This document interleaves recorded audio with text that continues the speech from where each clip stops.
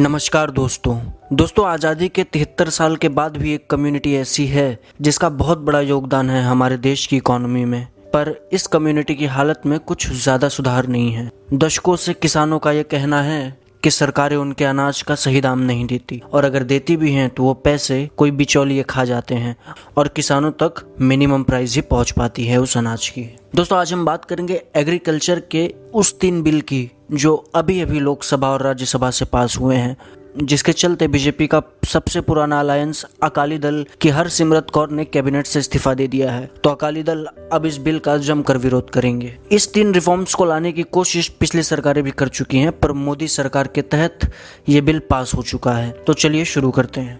दोस्तों लोकसभा और राज्यसभा से जो 3 बिल पास करवाए गए हैं उनमें से पहला है law on promoting barrier free intra state and inter state trade in agriculture, जिसका मतलब एक ऐसा कानून लाना जो किसानों को आज़ादी देगा अपने अनाज एक राज्य से दूसरे राज्य में ले जाकर बेचने के लिए। दोस्तों किसानों को इतनी छूट नहीं है कि वो अपना अनाज दूसरे राज्यों में ले जाकर बेच सके। आप समझिए कि अगर यूपी में खेती अच्छी हुई है और अगर किसी और राज्य में खेती अच्छी नहीं हुई तो यूपी के किसान डायरेक्ट उस राज्य में अपना अनाज बेच सकेंगे, जिससे उनको अनाजों के अच्छे दाम मिल जाएंगे।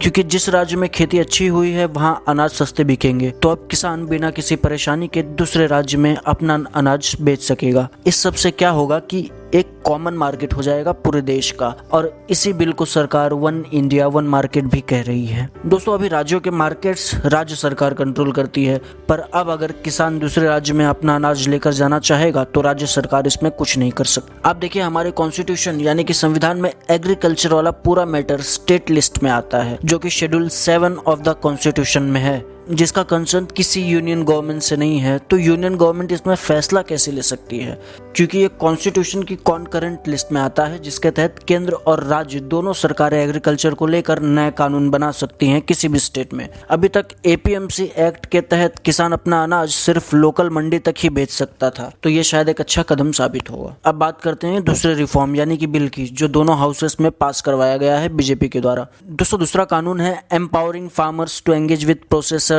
aggregators, wholesalers, large retailers and exporters through advance contact on pre-agreed prices। इसका मतलब है कि इस कानून के तहत किसानों को इतनी ताकत दी जाएगी कि वो अपना अनाज किसी भी डीलर को एडवांस कॉन्ट्रैक्ट के तहत बेच पाएंगे। किसान अपना अनाज किसी भी होलसेलर, रिटेलर या एक्सपोर्टर को डायरेक्ट बेच सकेंगे, और फसल पूरी तरह उगने से पहले भी वो उस फसल का एडवांस कॉन्ट्रैक्ट बनाकर बेच सकेंगे। इस कानून के तहत सरकार कॉन्ट्रैक्ट फार्मिंग लाएगी। दोस्तों एपीएमसी को पूरी तरह हटाने की बात चल रही है। अब ये एपीएमसी क्या है? दोस्तों APMC stands for agricultural produce market community, एक ऐसी कम्युनिटी जो कि स्टेट गवर्नमेंट द्वारा एस्टेब्लिश किया हुआ एक मार्केटिंग बोर्ड है। ये एपीएमसी ये देखता है कि लोकल मंडी में किसानों को सही दाम मिले, यानी कि मैक्सिमम सेलिंग प्राइस मिले, कहीं किसानों का शोषण तो नहीं हो रहा है। एपीएमसी का काम है ये देखना। पर अब एपीएमसी को हटाकर farmers produce trade and commerce promotion and facilitation act 2020 लाया जा रहा है। तो अब किसान पूरे देश में अपने अनाज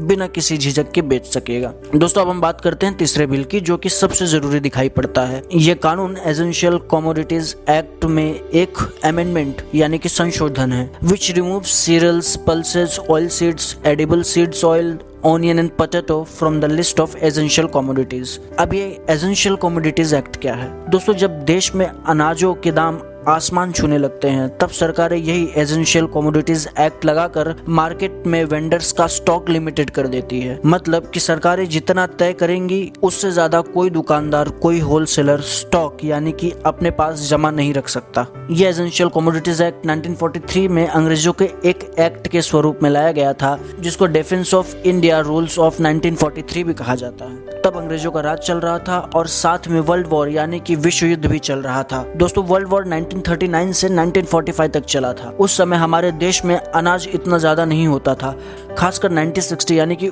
1960 से लेके 1965 के बीच, जब हमने पाकिस्तान के साथ 1965 में और चाइना के साथ 1962 में युद्ध लड़े तो देश में भूखमरी बहुत बढ़ गई। तब हम PL 480 के तहत अमेरिका पर काफी हद तक डिपेंडेंट थे।